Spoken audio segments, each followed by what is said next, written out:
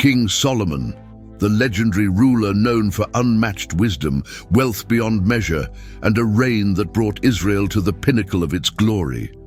But how did a man so favored by God end up entangled in a web of regret, disobedience, and spiritual ruin? What really happened in those last days of his life? In this video, we're diving deep into the tragic story of Solomon's downfall, uncovering the hidden truths behind his rise and fall, and revealing the powerful lessons that can still change lives today. Stay with us till the end, as we'll also share some invaluable lessons you can apply to your own life. And if you enjoy this kind of content, please leave a like to help this video reach more people and subscribe to the channel. May God bless you. When Solomon became king, he had the opportunity to ask God for anything. He could have requested power, wealth, or long life. But instead, he made a request that surprised everyone. Solomon asked for wisdom to govern his people with justice and discernment. Why would a young king choose wisdom over wealth or military might? Solomon knew that guiding a kingdom required more than strength or riches. It demanded insight, understanding, and the ability to distinguish between right and wrong. His humble request pleased God so much that he not only granted Solomon unmatched wisdom, but also blessed him with riches, honor, and a long life. This decision set the tone for his reign. The people of Israel, and even rulers from distant lands, marveled at his wisdom. It became evident in his famous ruling between two women, both claiming to be the mother of the same child. Solomon suggested cutting the child in two, knowing the real mother would rather give up her son than see him harmed. This judgment revealed his deep understanding of human nature and earned him the admiration of his people. With his wisdom, Solomon wrote thousands of proverbs and songs, covering topics such as leadership, human behavior, and spirituality. He became a beacon of guidance, not just for Israel, but for neighboring nations. His words have been preserved in the books of Proverbs, Ecclesiastes, and the Song of Solomon. His wisdom was not just theoretical, it was practical and applicable to everyday life, helping people to live in harmony and order. But the gift of wisdom also carried a heavy burden. Solomon knew the difference between right and wrong and yet struggled to live by his own teachings. His wisdom allowed him to see the consequences of his actions before they unfolded. This foresight became both a blessing and a curse, as the king who once relied solely on God's guidance began to trust in his own understanding, foreshadowing the decline that would come in his later years. Solomon's choice to prioritize wisdom over worldly gains marked the beginning of a reign like no other. His kingdom flourished in ways never seen before, with prosperity and peace spreading across the land. Yet, as we'll see, even the wisest among us are not immune to temptation and failure. Solomon's greatest accomplishment was the construction of the temple in Jerusalem, a task his father, King David, had longed to complete. The temple became the center of worship for Israel, symbolizing God's presence among his people. Solomon spared no expense in its construction, using cedar from Lebanon, gold, silver, and the finest materials. The temple took 7 years to build and was considered one of the wonders of the ancient world. It wasn't just a place of worship, but a testament to the glory and splendor of Solomon's reign. Under Solomon's rule, Israel entered a golden age of prosperity. The nation's borders expanded and peace reigned, allowing trade routes to flourish. Gold and silver became as common as stones in Jerusalem. Ships sailed from distant lands, bringing exotic goods like ivory, apes, and peacocks. Israel's wealth and influence grew beyond its borders, drawing the attention of kings and queens from around the world. The temple's dedication was a moment of immense spiritual significance. As Solomon prayed, a cloud filled the temple, signifying God's acceptance and presence. He stood before the people, lifting his hands toward heaven and asking God to keep his promises. It was a powerful reminder that Israel's strength and prosperity were rooted in their relationship with God. Solomon's prayer acknowledged that without God, even the grandest structure would be empty and meaningless. The temple became a symbol of Israel's covenant with God. It was here that Solomon offered sacrifices, and the people gathered for worship and festivals. The nation's unity was at its peak, with tribes from all corners coming together in celebration. However, this glory would not last forever. As the temple's stones stood firm, Solomon's heart began to waver. With the temple complete and the kingdom thriving, Solomon's attention turned elsewhere. He began to focus on expanding his influence through political alliances, often sealed through marriage. This marked the beginning of his decline, as his desire to please his many foreign wives led him down a dangerous path. The Queen of Sheba's visit to Solomon is one of the most fascinating events in his life. She had heard tales of his wisdom and wealth, but wanted to see for herself if the stories were true. Traveling from a distant land, she came with a grand entourage, bringing spices, gold, and precious stones. But more than material gifts, she brought with her questions, complex, riddlesome, and designed to test the limits of Solomon's wisdom. Why did she choose such an approach?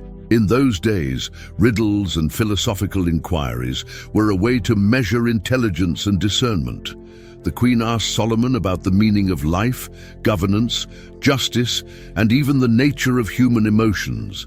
To each question, Solomon responded with clarity, depth, and insight, revealing the wisdom God had granted him. She asked about the nature of true happiness and how a king could balance power with mercy. Solomon's answers weren't just intellectual, they were practical. He spoke of the importance of righteousness, the fear of the Lord, and the role of wisdom in leading a nation to peace and prosperity. She marveled at Solomon's court, the order, the splendor, and the harmony that radiated from his palace. Solomon explained that it was God's wisdom, not his own, that enabled him to establish such a kingdom. The queen recognized that his wisdom wasn't just about making decisions. It was woven into the very fabric of how he governed, reflecting God's order in every aspect of life. Impressed, the Queen of Sheba declared that what she had heard didn't even compare to what she witnessed firsthand. She acknowledged that God's blessing on Solomon was evident in the peace and prosperity of Israel. This visit wasn't just a testament to Solomon's personal fame. It was a declaration of God's glory being revealed through his chosen king. As the queen returned to her homeland, she carried with her not only treasures from Israel, but also a deep respect for the God of Israel. Her visit served as a reminder that true wisdom draws people closer to God's truth and purpose. For all his wisdom, Solomon's heart was led astray by his marriages to foreign wives. The Bible records that he had 700 wives and 300 concubines, many of whom were princesses from neighboring nations. These marriages were often political alliances meant to secure peace and strengthen Israel's influence. But these unions came at a high spiritual cost. Why were these marriages so dangerous for Solomon? God had specifically warned Israel not to intermarry with foreign nations, lest their hearts be turned away to other gods. Solomon's wives brought with them their customs, cultures, and most importantly, their gods. To please them, Solomon began building high places and altars for these foreign deities. These weren't just small gestures, they were full-fledged places of worship where sacrifices were made. The king who had built the temple of the Lord was now constructing shrines for gods like Ashtoreth, Chemosh, and Molech, deities associated with detestable practices, including child sacrifices. It wasn't that Solomon stopped believing in the God of Israel, rather, his heart became divided. He tried to balance his devotion to God with his desire to please his wives, creating a spiritual conflict within himself. The very wisdom that had once set him apart now seemed to be overshadowed by his struggle to maintain harmony between his faith and his household. This internal conflict began to manifest in his leadership. Israel, once unified and strong, started to see the cracks of spiritual decline. The people, seeing their king's actions, began to follow his example. They too started worshipping these foreign gods, leading to widespread idolatry throughout the nation. Solomon's divided heart didn't just affect him, it began to poison the entire kingdom. These marriages, which were meant to bring peace, ultimately brought turmoil. Solomon's attempt to blend faiths and cultures led him away from the true worship of God, leaving a legacy of spiritual compromise and disobedience that would haunt Israel for generations to come. Solomon's throne was like no other. Made of ivory and overlaid with pure gold, it was a masterpiece of craftsmanship and a symbol of unrivaled power. It had 6 steps leading up to it, with 12 lions standing on each side, a representation of strength and majesty. But what did this throne truly represent? For some, it was a testament to the grandeur of Solomon's reign and the blessings of God on his chosen king. For others, it was a sign of vanity, a display of opulence that symbolized the king's growing focus on material wealth. The throne was more than just a seat of power. It was a statement, a declaration of Solomon's status as the greatest king of his time. Visitors from foreign lands would stand before it, awestruck by its beauty and the king's splendor. But was this display aligned with God's will for his people? The lavishness of the throne stood in stark contrast to the humble beginnings of Israel, where leaders like Moses and Joshua led with simplicity and humility. Solomon's wealth, represented by this throne, became a double-edged sword. While it brought prestige and honor to Israel, it also served as a reminder of the king's departure from God's commandments. God had warned Israel's kings not to accumulate excessive gold, horses, or wives, as these could turn their hearts away from him. Solomon's throne, though a marvel to behold, was a testament to his disobedience in these areas. This focus on wealth and grandeur became a defining feature of Solomon's reign in its later years. He spent vast resources on building projects, luxurious palaces, and accumulating treasures. His once godly wisdom, which had directed him to seek God's guidance above all, now seemed to be overshadowed by his desire for more power, more wealth, and more recognition. The throne that should have represented justice and godly leadership became a symbol of Solomon's shift from spiritual to material pursuits. It reflected a kingdom that, while outwardly glorious, was starting to lose its true foundation in God. As Solomon's reign progressed, a tragic shift occurred in his spiritual life. The king, who once sought wisdom from God above all else, slowly began to allow idolatry to creep into his heart. This decline wasn't sudden. It was a gradual erosion of his devotion, caused by the very foreign influences he had invited into his palace. Why did a man who had been blessed with so much wisdom turn away from God? It started with small compromises, each one seeming insignificant on its own, but collectively leading to a complete departure from his faith. Solomon's heart became divided, torn between his loyalty to God and his desire to maintain peace in his household.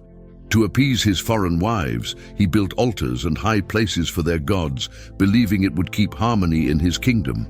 But these actions defied the commandments of God, who had warned him not to worship other gods. This disobedience marked the beginning of Solomon's spiritual decline and set a dangerous precedent for Israel.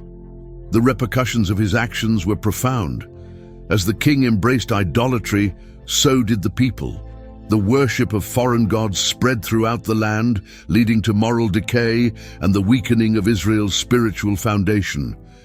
It was no longer just Solomon's personal struggle. It became a national crisis. The kingdom that once shone as a beacon of God's glory now became entangled in practices that went against everything it stood for. Solomon's wisdom, which had been a guiding light for so many, became clouded by his compromised faith. He started relying more on human reasoning and political strategies than on God's guidance.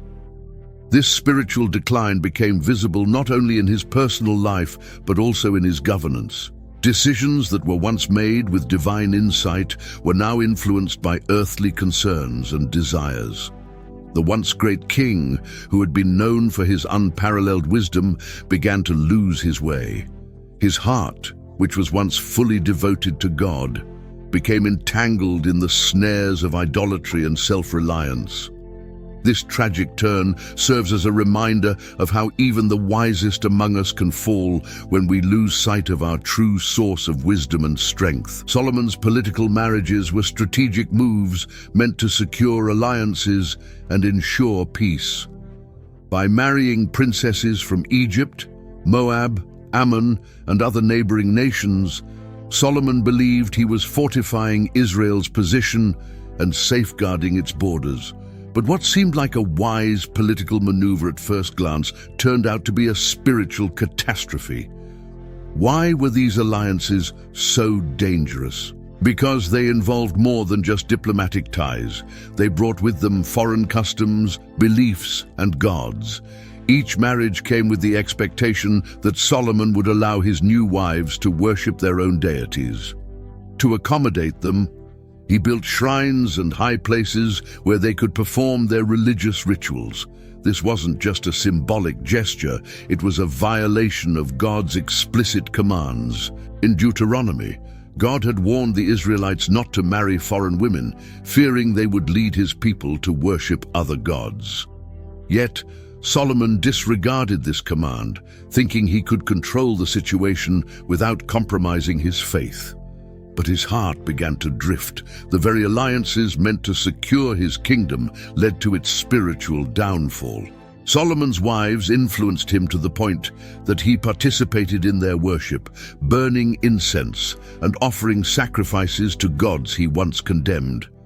This not only weakened his spiritual resolve, but also created division within Israel, as people began following their king's example. The tragic irony of Solomon's life is that the wisdom he once had to discern between right and wrong seemed to disappear when it came to his personal life. His attempts to maintain peace through these marriages only brought chaos. The king who built the temple of God was now building altars for idols. What was supposed to be a source of strength became a source of destruction, leading Israel further away from God. Solomon's political marriages serve as a cautionary tale about the dangers of compromise. His downfall shows us that no matter how strong or wise we think we are, compromising our values and faith for worldly gains will only lead to ruin. Despite Solomon's decline, God's mercy was evident as he reached out to warn the king, not once, but twice.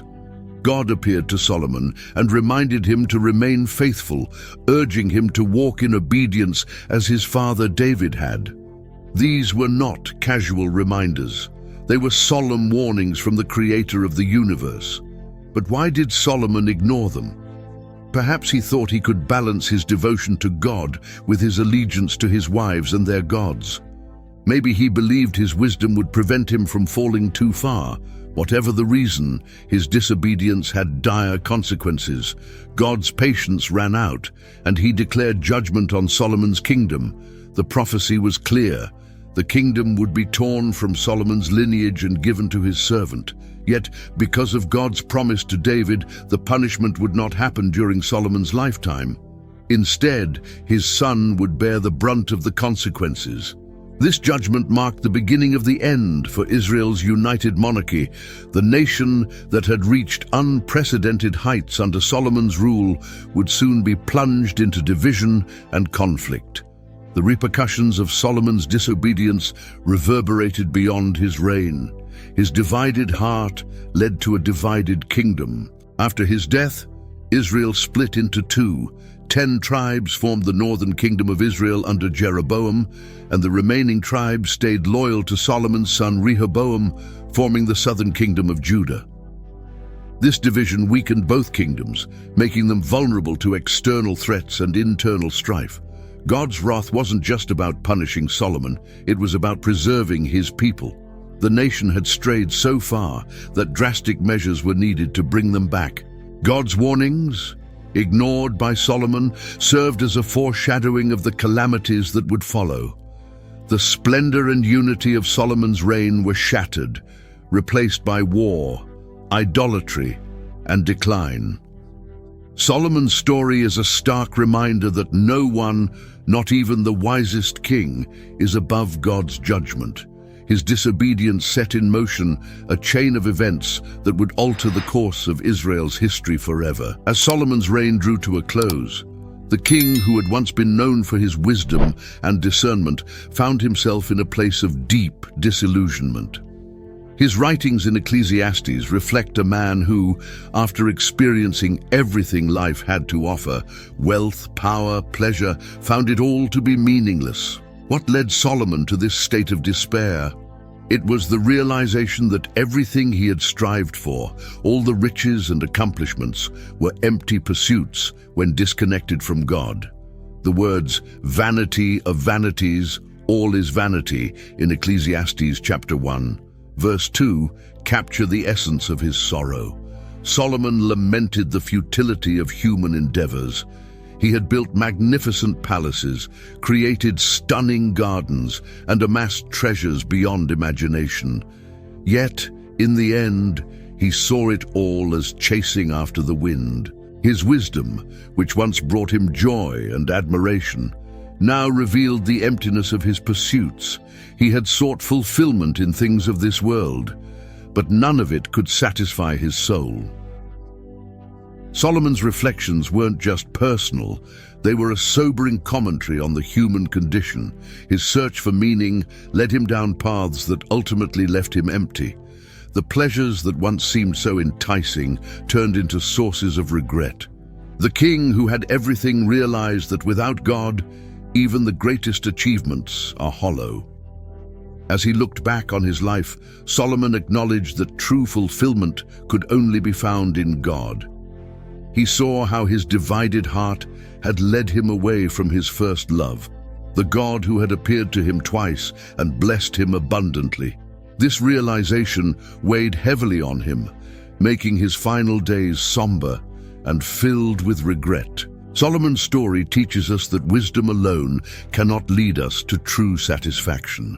Only a life fully surrendered to God can bring the peace and fulfillment that we all seek. In Solomon's last days, the grandeur of his reign gave way to a reign of sorrow and regret. The king, once celebrated for his wisdom and blessed with the favor of God, spent his final years reflecting on how he had squandered the divine gifts he'd been given. The towering palaces, the opulent throne, the abundant treasures, none of it could bring him comfort as he faced the reality of his mistakes. What went so terribly wrong? It all began with his divided loyalties, which eventually led to his downfall.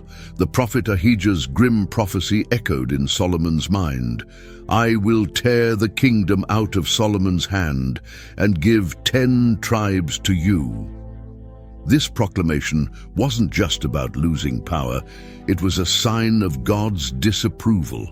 The kingdom that had been built through decades of David's and Solomon's labor and devotion would now be fractured because of Solomon's unfaithfulness. He knew his actions had set the stage for division and turmoil that would plague Israel for generations. This realization must have been devastating. The same man who once led the nation with godly wisdom now faced the disintegration of everything he had built. His once glorious reign, which had been a symbol of God's blessing and provision, now served as a cautionary tale. Solomon could see that his choices, marrying foreign wives, building altars to false gods, accumulating vast wealth, had not only impacted his relationship with God, but also the entire nation's future. As he approached the end of his life, Solomon's heart grew heavy with remorse.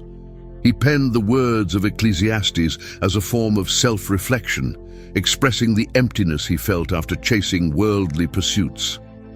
He had come to understand that the fear of God and keeping his commandments were the true essence of life, not the grandeur of wealth or the applause of men. In his final days, Solomon became a symbol of a life that started with promise but ended in disappointment. His story serves as a reminder that it's not how you begin that defines you, but how you finish. Despite his immense wisdom, Solomon learned the hard way that turning away from God leads to ruin. The fall of King Solomon is one of the Bible's most tragic tales. His life, once marked by wisdom and divine favor, ended in a series of missteps that tore his kingdom apart and left him disillusioned. What lessons can we learn from his story? First, it shows us the danger of pride. Solomon's wisdom and achievements made him famous throughout the ancient world, and this recognition fed his ego. As his reputation grew, so did his self-reliance, leading him to believe that he could handle temptations and decisions on his own without God's guidance. But Solomon's pride was not the only factor. Temptation also played a crucial role. The allure of power, wealth, and love blinded him. His decision to marry foreign wives, despite God's warning, opened the door to idolatry. This act wasn't just a political strategy, it was a direct defiance of God's command. Solomon thought he could manage the influence of his wives and maintain his devotion to God, but he was mistaken. The temptation grew too strong, and he began compromising his faith little by little until he found himself entrenched in practices that were abhorrent to God. Another important lesson is the impact of our choices.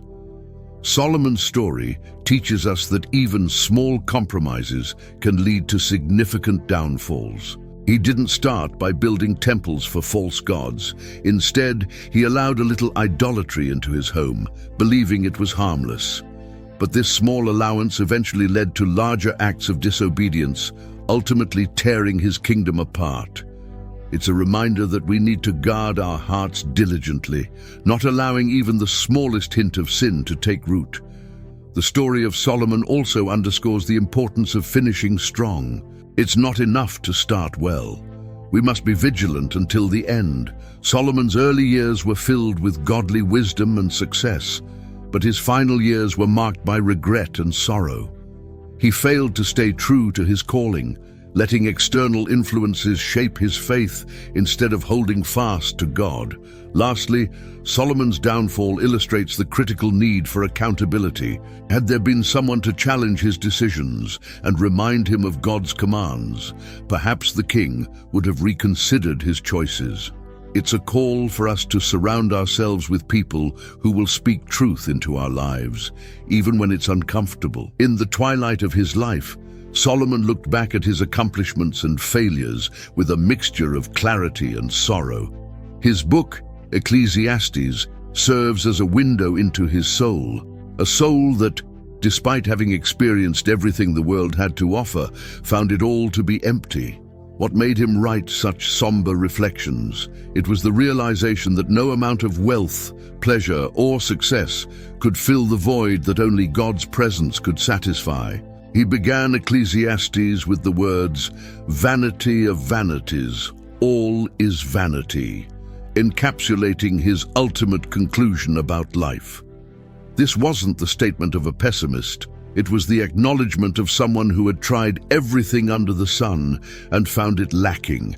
Solomon explored wisdom, madness, folly, and all forms of human endeavor, only to conclude that true satisfaction could never be found in these things. His reflections touch on the fleeting nature of life. He observed how people toiled day and night, striving for achievements that would eventually be forgotten. His own magnificent constructions, the temple, palaces, gardens, would one day be reduced to rubble.